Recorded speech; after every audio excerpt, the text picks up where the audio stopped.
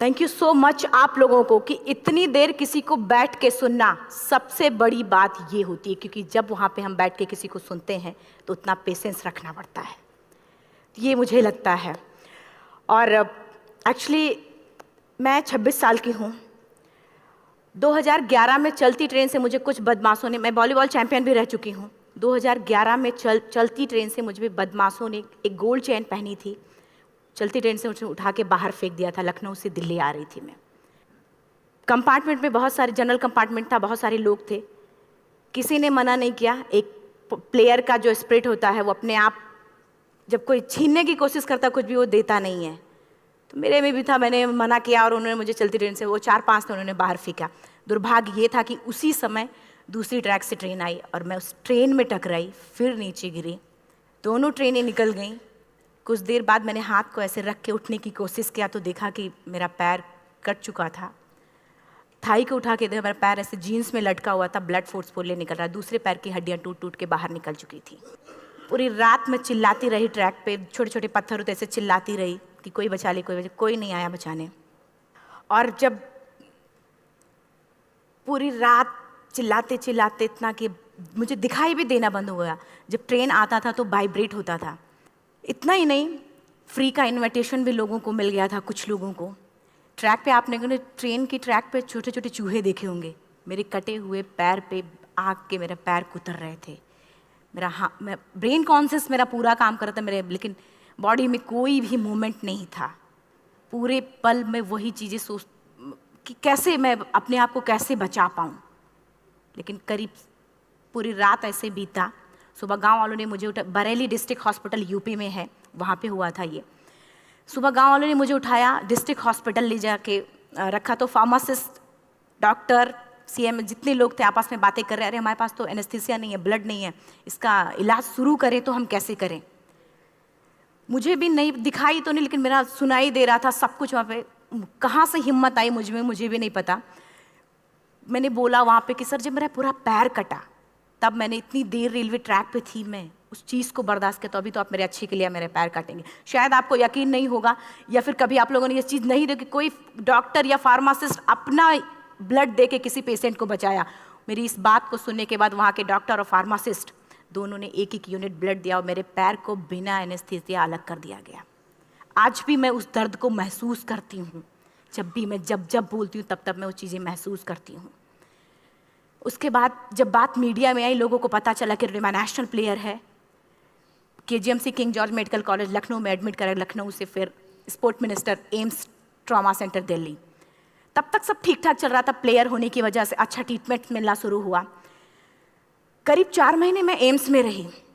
AIIMS में रहने के बाद जब मैं थोड़ा ठीक हुई, करीब 25 दिन बाद जब ठीक हुई, न्यूज़पेपर में गोल गोल लिख के आ रहे कि अरुणिमा के पास टिकट नहीं था, अरुणिमा ट्रेन से कूद गई। उसका खंडन किया घर वालों ने, फिर बोला कि अरुणिमा सुसाइड करने गई थी। जिस लड़की का शरीर का एक अंग कट चुका, पूरी जिंदगी का पता नहीं कि व्हील चेयर है, बैसाखी या पता, यहाँ तक कि मेरे स्पाइन में 3 फ्रैक्चर था, मुझे ये भी नहीं पता था कि मैं बेड से उठ भी पाऊंगी कि नहीं। अंदाजा लगाया जा सकता, सिर्फ अंदाजा लगाया जा सकता है कि उसकी दिलो दिमाग पे क्या चल रहा होगा, उस परिवार की क्या स्थिति रही होगी जब जिस परिवार की एक यंग एज लड़की का इस तरीके का सिचुएशन हुआ हो। फिर भी कहते हैं कि जहाँ चाह होती वहाँ राह मिली जाती है। एम्स के हॉस्पिटल के बेड पे मैंने डिसाइड किया, क्योंकि अपनी बातें हम चिल्ला चिल्ला के करें, वो सिस्टम की इतनी हाई लेवल की बातें हो रही थी कि हम एक मध्यम वर्गीय फैमिली से थे, हम अपनी बातें चिल्ला चिल्ला के कह रहे थे, लेकिन कोई नहीं सुन रहा था।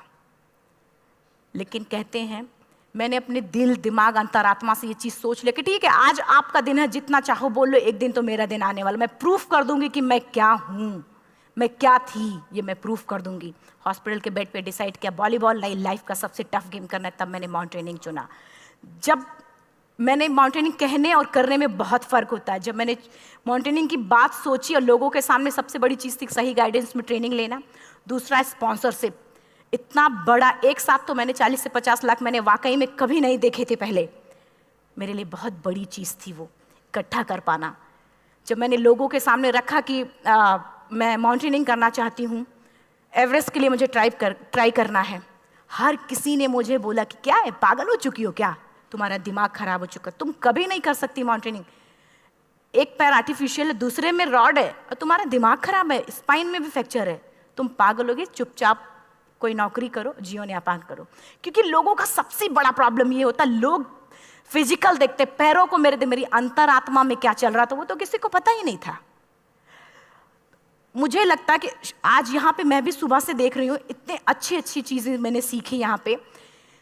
बहुत बड़े बड़े स्पीकर को शायद आप लोगों ने भी सुना, आज मैं भी आपको यहाँ पे कि चाहे जितना मोटिवेट करूँ, चाहे जितना चीज़ें मैं बताऊँ, लेकिन मुझे लगता है सबसे बड़ा मोटिवेटर कौन होता, आप खुद। जिस दिन किसी भी लक्ष्य के प्रति आपकी अंतरात्मा जाग गई, आपको कोई नहीं रोक सकता उस लक्ष्य को पाने में। ये मैं किताब से बातें नहीं बोल रही हूँ, ये मैं एक एक पल मैंने ये मैं कोई भी किताब की बातें नहीं, एक एक पल आज जो मेरा 26 साल का एक्सपीरियंस है वो मैं बता रही हूँ सिर्फ आपको। उसके बाद किसी तरीके से मैनेज किया मैंने। भाई साहब, मेरा परिवार मेरा बैकबोन था। परिवार ने मुझे, भाई साहब ने मुझे कहा कि मैडम बछेंद्री पाल जिन्होंने 1984 में एवरेस्ट समिट किया, उनसे मिलते हैं, वो जरूर कुछ ना कुछ करेंगे। हॉस्पिटल से निकलने के बाद मेरे राइट लेग में स्टिचेस लगी थी। मैंने डायरेक्टली घर जाने की बजाय, जब लोग ये सोचते हैं कि मुझे अपना जीवन यापन कैसे करना है, जब लोग ये सोचते हैं कि मुझे अपनी ज़िंदगी के मेरे दिमाग में सिर्फ 2 चीज़ें चल रही थी, मुझे इनका जवाब कैसे देना है और एवरेस्ट समिट कैसे करना है। फर्स्ट तुरंत गए बछेंद्री मैम के पास। जब मिले, मैम ने फर्स्ट टाइम जब मुझे देखा तो उन्होंने कहा, अरुणिमा, उनकी आंखों में आंसू आ गए। उन्होंने बोला, अरुणिमा, तूने ऐसी हालात में एवरेस्ट जैसे दुरूह पहाड़ के बारे में सोचा तो तूने अपने अंदर तो एवरेस्ट फतह कर लिया, अब तो सिर्फ लोगों के लिए। मेरे परिवार को छोड़ के बाहर की पहली ऐसी महिला थी जिन्होंने मुझ पे भरोसा किया था कि हाँ अरुणिमा, तुम कर सकती हो। मेरे लिए वही बहुत बड़ी चीज़ थी। प्लानिंग भी कर ली, मैम भी मिल गई, सब हो गया। लेकिन जब उतरते हैं फील्ड में तब पता चलता कि हम क्या हैं। रोड हेड से मैं पहुंच गई। मैडम ने कहा कि ठीक है, तुम्हारे कहने, तुम्हारे सोचने से कुछ नहीं होगा अरुणिमा, प्रूफ करो कि कर सकती हो। मैंने कहा बस एक मौका चाहिए मुझे। वाकई में जब मैं माउंटेन में पहुंची, रोड हेड से बेस कैंप लोगों को 2 मिनट लगता था, मुझे 3-3 घंटे लगते थे, क्योंकि मेरे राइट लेग की हड्डियां भी नहीं जुड़ी थी। लेफ्ट मेरा आर्टिफिशियल लग चुका था, लेकिन स्टंप एकदम रेड, उसका मतलब घाव एकदम नए थे। मैं अगर पैर रखती थी तो मेरे पैर से जोर से अगर दबा देती थी तो पैर से मेरे ब्लड आने लगता था। सारे लोग नॉर्मल थे वहाँ पे। हर कोई ये बोलता कि एक पीक के लिए जाते थे तो हर कोई मुझे ये बोलता कि अरुणिमा, तुम धीरे धीरे आओ। मेरे दिमाग में हर बार यही बात चलती थी कि क्या है, मैंने एवरेस्ट का प्लान किया, मैं इनके बराबर भी नहीं चल पा रही हूँ। खुद से संकल्प लिया कि कोई बात नहीं, एक दिन ऐसा आएगा कि मैं इनसे पहले जाऊँगी। और आपको शायद यकीन ना हो, आने वाले 8 महीने बाद पूरा का पूरा वेट उठा के बेस कैंप से साथ निकलते और टॉप पे पहले पहुंचते। ऐसे करके देखते थे कि अरे ये लोग तो पीछे। खुशी होती थी। उससे भी ज़्यादा मुझे खुशी तब होना शुरू हुआ जब वो सारे लोग आके मुझसे ये पूछते, मैडम खाते क्या हो, बता दो, पैर नहीं है फिर भी कैसे चलते हो। उसके बाद पूरा मुझे स्पॉन्सरशिप मिला। मैं जब एवरेस्ट के लिए गई, मेरे लिए सबसे बड़ा, एवरेस्ट की जर्नी में मेरे सबसे बड़ा चैलेंज यही था कि दूसरे को समझा पाना। मैं नहीं समझा पाती कि भाई मैं कर सकती हूँ। जब मैं एवरेस्ट के लिए गई, शेरपा होता, शेरपा को जब ये बात पता चला कि मेरा प्रोस्थेटिक लेग है, आर्टिफिशियल लेग है, दूसरे में रॉड, बोला नहीं ले जा सकता, इसकी वजह से तो मेरी भी जान जाएगी। मैडम ने, हमने सबने कन्विंस किया किसी तरीके से। मन वाकई में जो टीवी में हम और उसमें फोटोज़ में देखते हैं, ब्लू और ग्रीन आइस, हिला देने वाला होता। जितना सुंदर दिखता उतना ही हिला देने वाला होता। जब मैं हमारे ग्रुप में 6 लोग थे, रॉकी एरिया तक मैं सबसे पहले थी, लेकिन जैसे ही मैं ग्रीन और ब्लू आइस में गई, मेरा आर्टिफिशियल लेग स्लिप कर जाता था। फ्रंट पॉइंटिंग से, जब मैं फ्रंट क्रैम्पोन से फ्रंट पॉइंटिंग मारती थी, लेफ्ट से पेन होता था तब भी करते, लेकिन आर्टिफिशियल जैसे फ्रंट पॉइंटिंग मूव हो जाता, मेरा पैर ही मूव हो जाता था। शेरपा मुझे बोला नहीं हो सकता अरुणिमा, जबरदस्ती मत करो। मैंने कहा कुछ नहीं, ये मेरा पैर है, मैं जानती हूँ कैसे चलेगा। फाइनली 1, 2 बार, 3 बार करने, 4 बार, 5 बार होल हो जाता था। आइस थोड़ा टूट के निकलता था तो मैं वहाँ पैर रख के जाती थी। कैंप 3 तक ठीक था, प्रॉपर एक्लेमेटाइज किया अपने आप। कैंप 3 तक जनरली गए।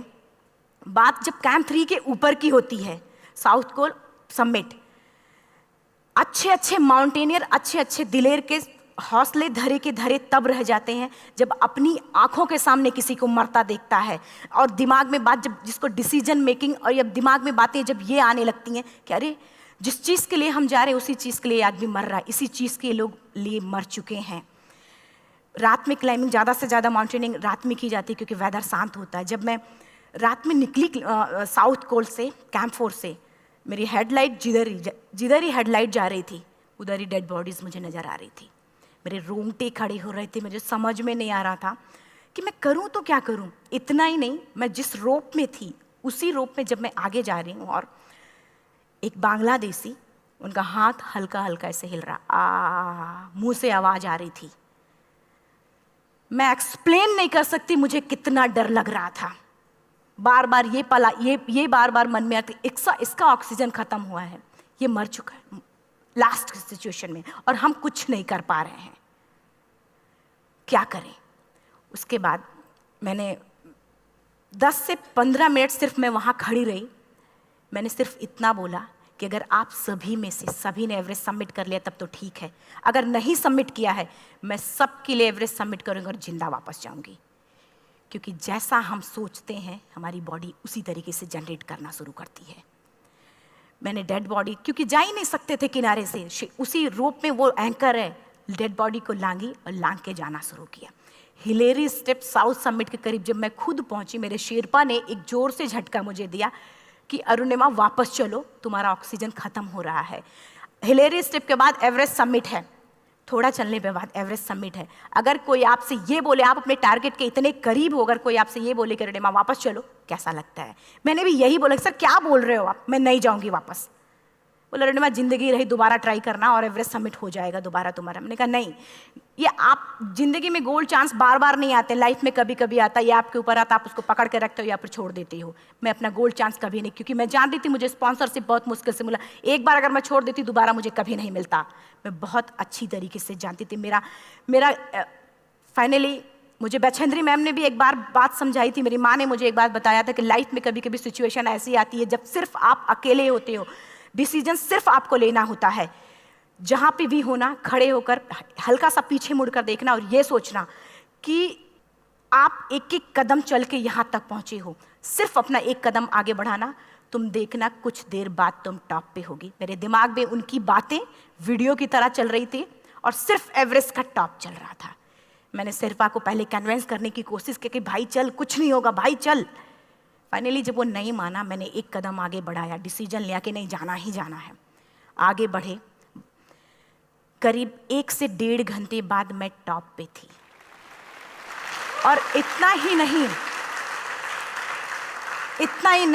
आज भी मैं जितनी बार बोलती हूँ उतनी बार मैं महसूस करती हूँ, मेरे रोंगटे खड़े हो जाते हैं, मेरा दोनों हाथ ऊपर करके जोर जोर चिल्लाने का मन कर रहा, कितनी जोर से चिल्लाऊं कि सबको बता दूं कि आज मैं टॉप ऑफ द वर्ल्ड पे हूं। उन लोगों को बता दूं जो लोग ये सोचते हैं, लड़की, दूसरे विकलांग, तीसरे मिडिल क्लास में, जो लोग एक बार हार के फिर दोबारा लड़ना नहीं चाहते, जो लोग हारने के बाद सोचते हैं कि हम दोबारा कुछ कर नहीं सकते, उन लोगों को मैं चिल्ला चिल्ला के टॉप से बताना चाहती थी कि नहीं, आप सब कुछ कर सकते हो। सिर्फ एक सोच की विकलांगता, हैंडीकैप आदमी यहाँ से होता है, यहाँ से नहीं। अगर यहाँ से जो आदमी विकलांग है तो नॉर्मल आदमी भी विकलांग है, जो अगर यहाँ से विकलांग है। चिल्ला चिल्ला के मैं बताना चाहती थी। मैंने शेरपा से कहा कि आप एक फ़ोटो खींच लो, क्योंकि सारे लोग फ़ोटो, अपना नेशनल फ्लैग का जो वैल्यू होती है ना, वो जो हम कहीं बाहर होते हैं तो पता चलता है। मुझे भी बहुत खुशी हो रही थी, फ्लैग को हग किया और बोला फ़ोटो खींचो। बोला पागल हो गई है, तेरा ऑक्सीजन कभी भी ख़त्म हो जाएगा, नीचे चल। नहीं, फ़ोटो खींच लो। फ़ोटो खींचा उसने। वो तो अगली बार इतना तेज गुस्सा हुआ, मैंने उसको बोला कि भाई वीडियो भी बना ले। 884 की हाइट पे ऑक्सीजन खत्म हो रहा है। आज हम भी हंस रहे हैं आप लोगों के साथ, क्योंकि यहाँ पूरा ऑक्सीजन है। और 8848 की हाइट पे जब मुझे शेरपा, कोई भी शेरपा को बोलेगा भाई वीडियो बना, तो परेशान हो जाएगा, पागल हो चुकी क्या, तुम मर जाए, यहाँ मैं जा रहा हूँ नीचे। मैंने कहा नहीं, कुछ नहीं होगा, आप बनाओ वीडियो। किसी तरीके से मैं 4-5 पेयर बैटरी रख के लेके गई कि डिस्पोजल कैमरा, एक अलग कैमरा की, मतलब एक नहीं काम करेगा तो दूसरा करेगा, प्रॉपर प्लानिंग से। शायद आप लोग भी सोचो कि वाकई में लड़की को इतना बड़ा रिस्क लेने की क्या जरूरत थी, कि जिंदगी कभी भी जा सकती थी इसकी। लेकिन मैंने वो रिस्क लिया क्यों? क्योंकि मैं चाहती थी, कहीं ना कहीं से मेरे भी दिमाग में ये बात आ चुका था कि मैं जिंदा वापस ना जाऊं। मैं चाहती थी कि अगर मैं जिंदा ना जाऊं तो ये वीडियो मेरे इंडिया, शेरपा से मैंने यही बात बोली, ये वीडियो अगर मैं जिंदा नहीं जाती ये वीडियो मेरे इंडिया पहुंचा देना, मेरे यूथ तक चला जाएगा। क्योंकि मैं चाहती थी कि 11 अप्रैल 2011 को मेरा एक्सीडेंट हुआ, 21 मई 2013 10:55 पे मैं टॉप ऑफ द वर्ल्ड पे थी। ऑलमोस्ट 1 से 2 साल के अंदर कैसे यहाँ से मैंने ये चीज़, मैंने कभी भी कामयाब होने के, मेरी वो जिंदगी बन चुकी थी, मेरा जुनून बन चुका था, मेरा पैशन मेरा जिद बन चुका था। वो मेरा सोते उठते बैठते सिर्फ मुझे एवरेस्ट दिखाई जाए। और मुझे लगता है किसी को भी अगर अपना लक्ष्य पाना है, यहाँ से अगर वो पागलपन जब तक नहीं आएगा तब तक नहीं होगा। वो फाइनली उसने वीडियो बनाया। आप बोल रहे फटाफट रुनिमा नीचे भागो। जब मैं टॉप पे थी तो कुछ लोग और भी थे, लेकिन 10:55 पे मैंने एवरेस्ट समिट, 11 बजे के बाद अगर कोई अटैम्प्ट करने की कोशिश करता है उसको सुसाइड अटैम्प्ट बोलते हैं। जैसे ही मैं नीचे चलना शुरू की, मैंने कहा भाई हाँ चल नीचे चलते हैं। ज़्यादा से ज़्यादा मौतें नीचे आते वक्त होती हैं एवरेस्ट पे। जब मैं नीचे आ रही हूँ, थोड़ा दूर ही मैं नीचे चली थी, मेरा ऑक्सीजन पूरी तरीके से ख़त्म। सिर्फ अंदाज़ा लगा सकता कि जब ऑक्सीजन ख़त्म हुआ क्या परिस्थिति रही होगी। मैं ऐसे नीचे गिर गई और शेरपा मुझे बोल रहा कि रुनिमा मुझे यकीन नहीं था कि तू एवरेस्ट सबमिट कर पाएगी, लेकिन फिर भी तूने किया। मैं चाहता हूँ कि रुनिमा जिंदा चल, तू वापस उठ, खड़ी हो। मुझे खड़ा करने की वो कोशिश कर रहा था बार बार, मैं खड़ी नहीं हो पा रही थी, वाकई में दम ही नहीं था। लेकिन फिर भी कहते हैं कि जैसे हमारे नियम होते हैं वैसे ऊपर वाले के भी नियम हैं। उसकी लिस्ट में जब मेरा नाम नहीं है तो वो मुझे नहीं ले जा सकता। अगर दूसरी चीज़, मेरा कॉन्सेप्ट एकदम क्लियर हो चुका था। जब रेलवे ट्रैक पे मैं थी, रेलवे ट्रैक पे 7 घंटे में पड़ी थी, 49 ट्रेन अप डाउन हुई थी, तो मेरा कॉन्सेप्ट एकदम क्लियर हो चुका था। इसका मतलब है कि ऊपर वाले ने अगर मुझे कुछ बचाया है तो कुछ ना कुछ इतिहास रचने के लिए बचाया है। मैंने पॉजिटिव तरीके से सोचा। और उसी समय एक ब्रिटिश क्लाइंबर नीचे से ऊपर आ रहा था और उसके पास 2 ऑक्सीजन, तो उसने एक को वहीं फेंका और दूसरे को लेके नीचे जाना शुरू किया क्योंकि वेदर ख़राब था। मेरा शेरपा मुझे एंकर किया और जाने लगा नीचे, और वो फटाफट उसको लेके आए, मुझे लगाया। उसने बोला रुनिमा तू बहुत लकी है कि तुझे यहाँ पे ऑक्सीजन मिला है। वाकई में ऊपर वाला भी चाहता है कि तू जिंदा रहे। वो मुझे बार बार लकी लकी बोल रहा था। शायद आप लोग में से भी कोई होगा कि जो लक और भाग्य जैसी चीज़ों पे यकीन करता हो, या पता नहीं भी। मैं किसी की भावनाओं को ठेस नहीं पहुंचाना चाहते, लेकिन मैं इन किसी भी चीज़ों पे भरोसा नहीं करती, क्योंकि मेरा मानना है कि लक भी उसी का साथ देता है जिसके अंदर जीतने का जज्बा है। अगर आपके अंदर जीतने का जज्बा नहीं है, चारों तरफ सिर्फ बहाने होते हैं, सिर्फ बहाने, इतना सारा एक्सक्यूज़ होता है। शायद मैं भी अगर वापस आ गई होती तो मैं बोल देती मेरा ऑक्सीजन खत्म है, कोई मुझसे पूछने ना बचेंद्री मन न मेरा परिवार, कोई भी मुझसे मुझे पूछने नहीं आता। लेकिन क्या कभी मैं अपने आप को समझा पाती? कभी नहीं। फाइनली जो भी था, लक भाग्य किस्मत में नीचे आ रही थी, बहुत खुश थी। माउंटेन, डेड बॉडीज, मेरा शेरपा, ये लोग थे। मैं किसी से शेयर भी नहीं कर पा रही थी कि अरे मैंने एवरेस्ट सबमिट किया, किसी से शेयर भी नहीं कर पा रहे थे। फटाफट मैंने नीचे हील मार के, हमारे से हील मार के नीचे आ रहे थे। एकाएक मेरा प्रोस्थेटिक लेग, पूरा का पूरा लेग ही निकल गया। -60 डिग्री तक टेम्परेचर डाउन हो जाता है एवरेस्ट पे। मेरा हाथ वगैरह ये सब ऐसे मूवमेंट, ऐसे मुड़ नहीं रहा था, ब्लड निकलने लगा था, ये सब यहाँ तक। मुझे शेरपा से मैं बोल रही हूँ कि ऑलरेडी मेरा पैर कटा हुआ है, अगर दिमाग में ये बात है कि मेरा हाथ भी काटना पड़ेगा, कैसा लगेगा मेरा दिमाग। क्योंकि ये ऐसा मूवमेंट, रेड 3 स्टेज होती हैं। रेड मेरा हो चुका था, रेड, ब्लैक, ब्लू, ब्लैक हो तो काटना पड़ेगा। तो बार बार मैं बोल रही हूँ शेरपा से कि भाई हाथ मेरा कुछ हो रहा है, इसमें मूवमेंट नहीं हो रहा है, यहाँ सबसे ब्लड हो रहा है। बोला रुनिमा कुछ नहीं, जितना नीचे जाएंगे उतना अच्छा होगा। प्रोस्थेटिक लेग मेरा निकल चुका है, मैं रुकी हूँ, मेरा ऑक्सीजन चल रहा, बड़े मुश्किल से, लक भाग्य किस्मत जो भी था मुझे मिला था। शेरपा मेरे आगे है, लास्ट मोमेंट तक वो मुझे बोलेगा, अगर वो मैं नहीं चलती वो मुझे छोड़ के चला जाए। गलती उसकी भी नहीं होती, क्योंकि वो क्या करे, क्लाइंबर की वजह से, या तो अपनी जान वो भी दी, गलती उसकी भी नहीं है। लास्ट में मेरी आंखों से आंसू निकलने लगा। मैंने सोचा क्या करूँ अब, रोने अपने आप आंसू ने कहीं ना कहीं से आ ही जाता है। दूसरे पल मुझे समझ में आ गया कि रोने धोने से कुछ नहीं होगा। मैंने आंसू को पोंछा और रोप, जो मेरी रोप थी, रोप को पकड़ा, दूसरे हाथ से आर्टिफिशियल लेग को, पैर को घसीट के चलना शुरू हो गया, क्योंकि मेरे पास यही था, ये तो दूसरा था, गिव अप कर दो ही चीज़ थी। पैर को घसीट चलना शुरू हुआ। कुछ दूर नीचे चलने के आने के बाद रॉक था, उसमें घुसे, पैर को खोला, सही किया, फिर नीचे चलना। Camp 4 to summit to camp 4 3,500 feet है, और इसमें टोटल जनरली लोग 16 से 17 घंटे में समिट कर लेते हैं। मुझे टोटल 28 घंटे लगे थे। हर माउंटेनियर, चाहे बाहर का या फिर इंडिया का, हर किसी ने ये मान लिया था कि अरुणिमा जिंदा वापस नहीं आएंगी। हर किसी ने ये चीज़ मान लिया था। लेकिन मुझे लगता, जब मैं वापस साउथ कोल पहुंची, जब मैं टेंट का जिप खोला, मैंने हर किसी ने कहा कि अरे तू यहाँ है, हम तो सब सोच लिए थे तू चली गई। हर किसी ने ये बोला था। फिर सब खुशी मना रहे थे हम सब। देखिए, ये सब बताने का मेरा सिर्फ एक मकसद था कि सब कुछ हम में है, हम जैसा चाहें वैसा कर सकते हैं। ऑलरेडी टाइम हो चुका है। मैं एक 4 लाइन की पंक्ति सिर्फ बोलूँगी। मैं एक्चुअली, मेरा एम है कि मैं वर्ल्ड के जो कॉन्टिनेंट हैं, कॉन्टिनेंट के हाईएस्ट पीक समिट करूं। एशिया का एवरेस्ट हो चुका है, अफ्रीका किलिमंजारो हो चुका है, यूरोप का एल्ब्रूस हो चुका है। 23 नवंबर को मैं जा रही हूँ ऑस्ट्रेलिया हाईएस्ट पीक के लिए। बस आप लोगों की गुड विशेस चाहिए। और 4 लाइन, अभी तो इस बाज की असली उड़ान बाकी है, अभी तो इस बाज की असली उड़ान बाकी है, अभी तो इस परिंदे का इम्तहान बाकी है, अभी अभी मैंने लांघा है समुद्रों को, अभी तो पूरा आसमान बाकी है। Thank you so much, thank you.